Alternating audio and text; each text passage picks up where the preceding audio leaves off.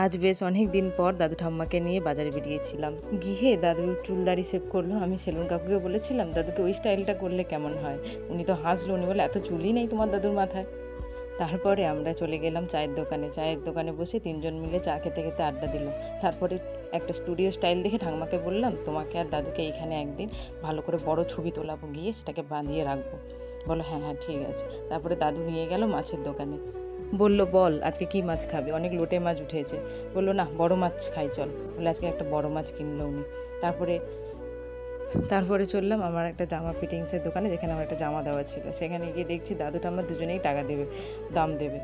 কতই মূল্যবান হই আমরা বলো দাদু ঠাম্মাদের কাছে। তারপরে দাদু ডাক্তারের কাছে একটু প্রেশার চেক করলো, আমরা ফুচকার দোকানে লাইন। তারপর দাদু বললো রাখির সিজন তো চলে এসছে, একটা ভালো করে রাখি কেন। দোকানদারকে বললো ভালো করে রাখি দাও। উই আর ব্লেসড যে আমরা এমন দাদু ঠাম্মা পেয়েছি। সুস্থ থাকুক, ভালো থাকুক আমাদের সকলে।